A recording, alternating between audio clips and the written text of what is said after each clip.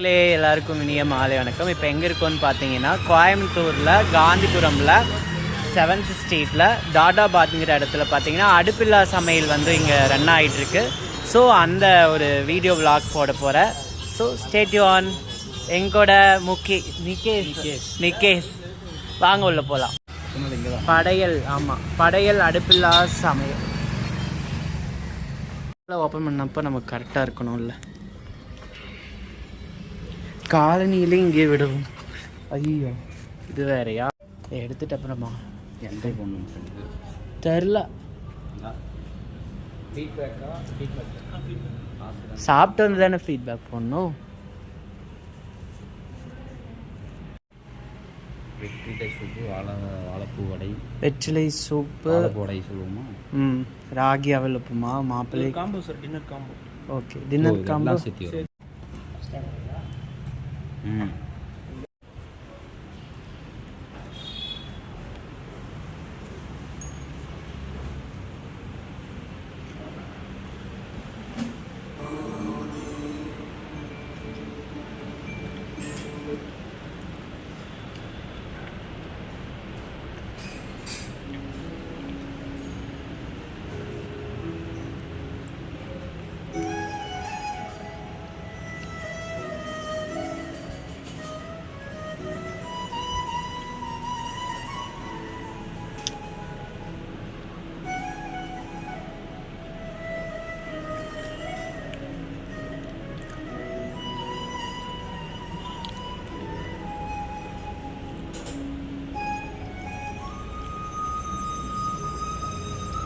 செம்மையா இருக்குல்ல.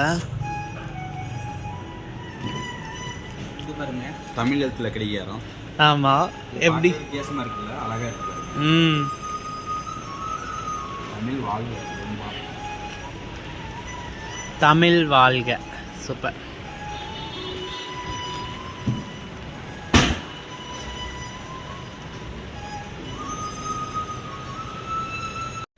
ப்ரோ, தப்பா நினச்சிக்காதீங்க, அதை எடுக்கல. நான் இன்னொருக்க சொல்லிடுறீங்களா? மறுபடியும் எடுங்க. என்னதுங்க இது பாருங்க, எழுதுகோல்னு சொல்லியிருக்காங்க. அது பண்டைய கால முறையில் நம்ம எழுதுவாங்க இல்லையா? ஆமா. பட் புதுசாக ஏதோ ட்ரை பண்ணியிருக்காங்க. இதுக்கு என்னன்னு தெரியல, செக் பண்ணி பார்ப்போம். ஓகே, ஓப்பன் பண்ணலாமாங்க? பண்ணுங்க.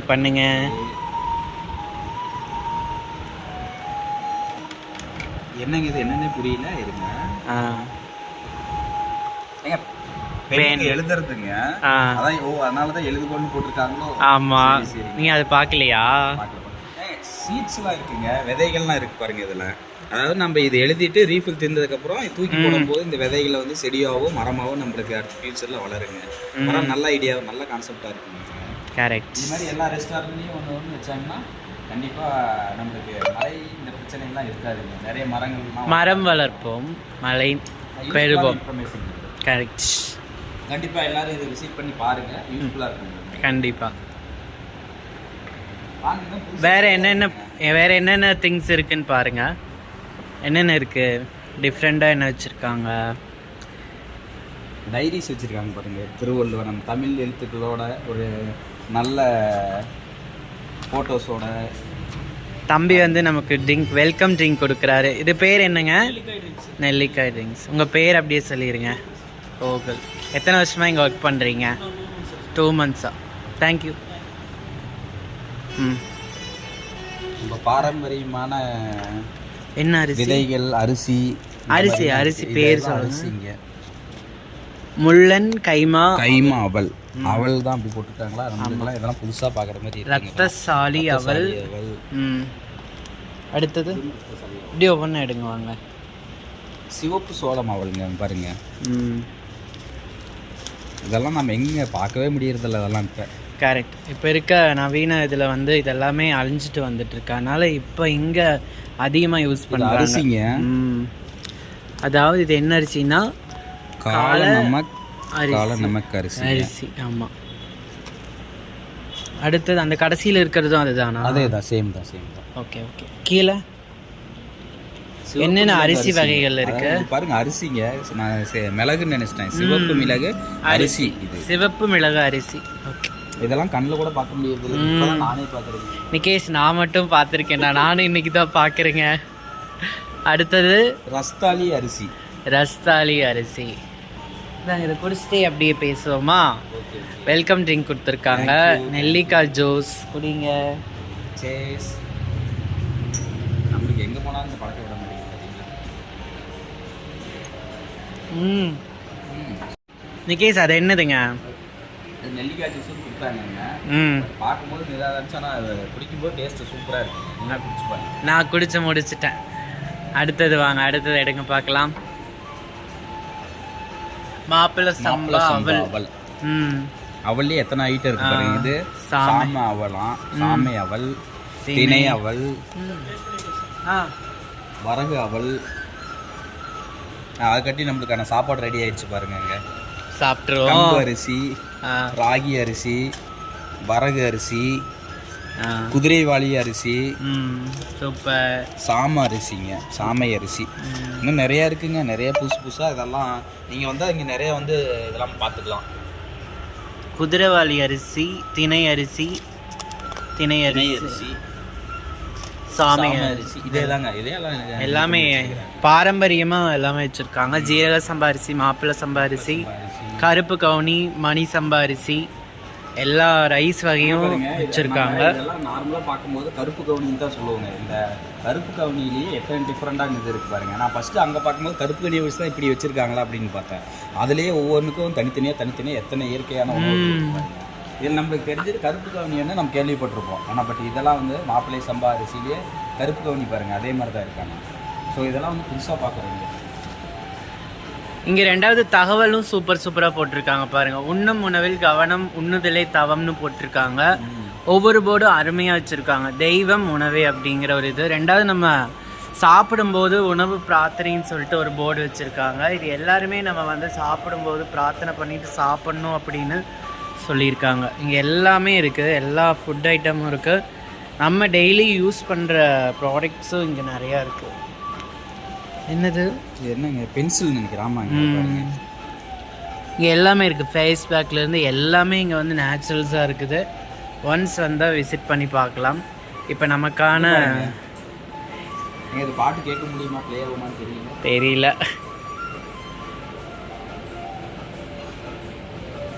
ரன் பண்ணுறதுன்னு தெரியல. விடுங்க. உணவு வந்துருச்சு, அதாவது அடுப்பில்லா சமையல். வாங்க என்னென்ன இருக்குன்னு டேஸ்ட் பண்ணி பார்க்கலாம். மக்களே வாங்க, இப்போ அடுப்பில்லா சமையலில் என்னென்ன இருக்குன்னு நம்ம வந்து பார்த்துடலாம். கருப்புளுந்து மார்க்கெட்டு செய்ய ஸ்வீட் சார். இது கூட உங்களுக்கு தேங்காய், கரும்பு சக்கரை, நிறையா நட்ஸ் எல்லாம் போட்டு செய்வோம் சார். இது வந்து உங்களுக்கு மாப்பிள்ளை சமையல் இனிப்பு கொடுக்கும் சார். இதிலே உங்களுக்கு வெண்பூசணி விதை அந்த மாதிரி காஸ்ட்லியான ஐட்டம்ஸ் தான் இருக்குது. வெண்பூசணி விதை, ஒரு கேரட்டு, கரும்பு சக்கரை தான் சார் இதுக்கு மெயின் சைட் டிஷ்ஷு. ஓகே, இது வந்து தூயமல்லி வெண்பொங்கல் சார், மில்லட் வெண்பொங்கல். இது வந்து ராகி, நான் சட்னின்னு நினைச்சேன் வெண்பொங்கல் சார். இது வந்து உங்களுக்கு ராகி உப்புமா சார். ராகி உப்புமா இது உங்களுக்கு மில்லட் தான் சார். இது வந்து மேரக்காய் சாம்பார், இது வந்து வெற்றிலை துவையல் சார். ஓகே, இது வந்து உங்களுக்கு வெற்றிலை சூப். இது வந்து வாழைப்பூ இருக்குது சார். வாழைப்பூவில் மேட் பண்ண வடை சார், நான் ரோஸ்ட் வடை. ஓகே. ஃபுல்லாக ஹெல்த்தியான ஃபுட்டு பாருங்கள். எல்லாமே எதுவுமே வந்து ஆயிலில் செஞ்சது கிடையாது. எல்லாமே ஓகே, இயற்கையான உணவுகள். வெத்தலை சூப்பு எப்படி இருக்கு? வெத்தலை சூப்பு வெத்தலையே சாப்பிட்ற ஃபீலிங் இருக்குங்க. சூப்பராக இருக்குது டேஸ்ட்டு. கேஸ் நைட்டு டின்னர் முடிச்சிட்டிங்க, எப்படி இருக்கு? அதெல்லாம் சூப்பராக இருந்தது. இதெல்லாம் நான் லைஃப்பில் சாப்பிட்டதே கிடையாது. இப்போ புதுசாக சாப்பிட்ருப்போம், ஏதாவது ஒரு தானியமோ ஏதோ சாப்பிட்ருப்போம். பட் அந்த தானியத்தை வச்சு ஒரு ஃபுட்டாக செஞ்சு கொடுத்துருக்குறாங்க இங்கே. ஆனால் இதெல்லாம் புது ஃபீலாக இருக்குது, ஃபுல்லு டிஃப்ரெண்ட்டாக இருக்குது. அதாவது இது உடம்புக்கு ரொம்ப ஹெல்த்தி. இது மாதிரி ஃபுட்டு டேஸ்ட்டாக இருக்குது. கண்டிப்பாக எல்லோரும் வந்து படையலை வந்து விசிட் பண்ணி பாருங்கள், அவ்வளோதான். கண்டிப்பாக எல்லோரும் குடும்பத்தோடு வந்து இந்த படையலை வந்து ருசித்து டேஸ்ட் பண்ணி என்ஜாய் பண்ணி சாப்பிடுங்க. நல்லாயிருக்கு. பாய்.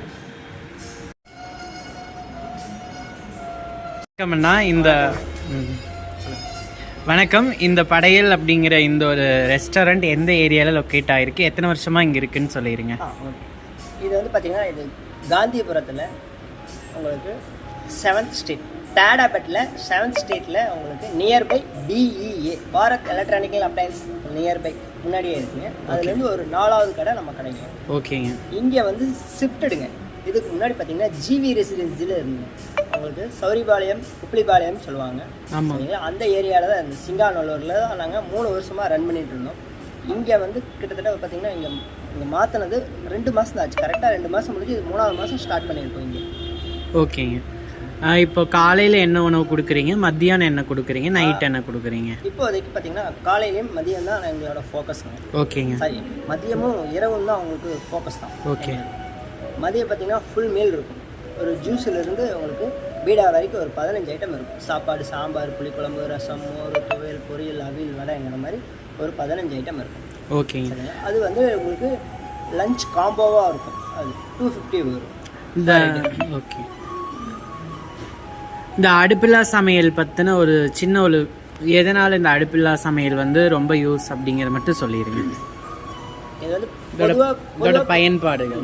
பொதுவாக பார்த்தீங்கன்னா உங்களுக்கு நம்ம சமைக்கிற சாப்பாடு எல்லாமே பார்த்தீங்கன்னா உங்களுக்கு காய்கறி எல்லாம் வாங்கி சமைச்சாங்கன்னா ஒரு சில காய்கறியெல்லாம் பார்த்தீங்கன்னா அந்த தண்ணியை வடிச்சிடுவாங்க. குறிப்பாக சொல்ல போனால் பாவக்காயெல்லாம் பார்த்தீங்கன்னா குழந்தைங்க சாப்பிட மாட்டாங்க, கசப்பு இருக்குன்னு சொல்லி தண்ணியை வடித்து அதில் சர்க்கரையை போட்டு நாட்டு சர்க்கரையோ இல்லை ஒயிட் சுகரோ போட்டு கொடுப்பாங்க. அதில் பிரயோஜனமே இல்லை, அது வெறும் சக்கையை தான் சாப்பிட்றாங்க.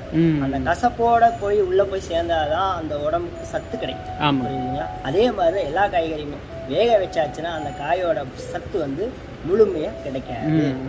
நம்ம கொடுக்கறது வந்து அப்படியே பச்சை காய்கறி தான் கொடுக்குறோம். ஓகேங்களா? அந்த பச்சை காய்கறியை அதுவும் நாட்டு காய்கறி தான் கொடுக்குறோம். அப்படிங்கும்போது அந்த காய்கறியை அப்படியே முழுசாக நீங்கள் சாப்பிடும்போது அதுக்குண்டான சத்து அப்படியே உள்ள கிடைக்கும். என்ன காய் சாப்பிட்றீங்களோ அந்த காயோட சத்து அப்படியே முழுமையாக உங்கள் உடம்புக்கு கிடைக்கும். அதுதான் கான்செப்டுங்க. நல்லதாக உங்களுக்கு கொடுக்கணும் அப்படிங்கிற இதில் தான் போயிட்டுருக்கு. இப்போ இன்றைக்கி ஆயில் யூஸ் பண்ண மாட்டோம் நம்ம கடையில். சரிங்களா? அதே மாதிரி பாயிலும் கிடையாது. இப்போ பார்த்தீங்கன்னா எல்லா பக்கமே உங்களுக்கு ஆயில் அப்படியே மிதக்கும். எந்த டிஃபன் எடுத்தாலுமே உங்களுக்கு ஆயில் மிதக்கும். அதே மாதிரி அடுப்புக்குள்ளாரையே வச்சு சமைக்கிறாங்க, அடுப்பு மேலேயும் வச்சு சமைக்கிறாங்க, நெருப்புலேயும் சமைக்கிறாங்க. அப்படியே வேகுது, அது மேலே அப்படியே போட்டு எடுக்கிறாங்க. அதெல்லாம் வந்து உடம்புக்கு ரொம்ப கேடு. அதனால் நாங்கள் இந்த மாதிரி ஜனங்களுக்கு நல்லதாக ஒரு வித்தியாசமாக கொடுக்கணும், அதே சமயம் நல்லதாகவும் கொடுக்கணுங்கிற கான்செப்டில் இது கிட்டத்தட்ட ரெஸ்டாரண்ட்டாக வச்சு ரன் பண்ணி கிட்டத்தட்ட ஒரு 4 வருஷம் ஆச்சுங்க. ஆனால் வந்து கிளாஸஸ் எடுத்துகிட்ருக்காங்க. ஆன்லைன் கிளாஸ் அண்ணா வந்து எடுத்துகிட்ருக்காருங்க. அது வந்து பார்த்திங்கன்னா குறைஞ்சது 15 வருஷமாக எடுத்துகிட்ருக்காரு. அதில் யோகா, மெடிடேஷன், ஆசனாஸ், முத்ராஸ் இந்த மாதிரி எல்லாமே உங்களுக்கு ஃபுல் பேக்கேஜாக சொல்லி கொடுப்பாங்க. அதுக்குண்டான டீட்டெயில் இதில் எல்லாமே இருக்குது. அது பார்த்தீங்கன்னா நம்ம ஃப்ளெக்ஸில் பார்த்தீங்கன்னா முன்னாடி இருக்குது. ஆமாம், அதில் போட்டிருப்பாங்க பாருங்கள். அது எல்லாமே தமிழ் போட்டு. ஓகேங்கண்ணா, ரொம்ப நன்றி. உணவு ரொம்ப நல்லா இருந்துச்சு. எல்லாத்தையும் நீங்களே வரவேற்றுங்க ஒரு டைமு. கண்டிப்பாக எல்லோரும் வாங்க, நம்ம ரெஸ்டாரண்ட் வந்து சாப்பிட்டு பாருங்கள். உங்களுக்கு டிஃப்ரெண்ட் ஃபீல் கிடைக்கும். ரொம்ப சத்தான சமையலாக இருக்கும்.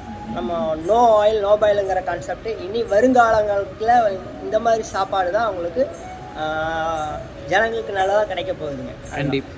ஓகே, ரொம்ப நன்றிங்க. ரொம்ப நன்றிங்க. மகிழ்ச்சியாக வெளியே போகும்போது அந்த மகிழ்ச்சியை நம்மளோட ஷேர், அதாவது பங்கு எடுத்துக்கிறாங்க. தமிழில் சொல்லணும்னா பங்கு எடுத்துக்கிறாங்க, ஷேர் பண்ணிக்கிறாங்க. அவங்க ஹாப்பினஸ்ஸை எங்கள் கூட ஷேர் பண்ணிக்கிறாங்க. அதனால தான் பெல் வச்சுருப்போங்க. ஓகே, கண்டிப்பாக ஷேர் பண்ணிடுறோம். அவரோட ஃபீட்பேக் வந்து எழுதிட்டுருக்கிறாரு. பார்த்தீங்கன்னா ஃபீட்பேக் என்ன எழுதிட்டுருக்காரு, ரியலி வெரி குட். எஸ். ரெண்டாவது பார்த்தீங்கன்னா இங்கே வந்து மணி வச்சுருக்காங்க, பெல்லு. நம்மளோட ஹாப்பினஸ்ஸை வந்து அவங்ககிட்ட நம்ம வந்து தெரிவிக்கிறோம். அதனால் என்னோடய பெல் நான் அடிச்சிட்றேன்.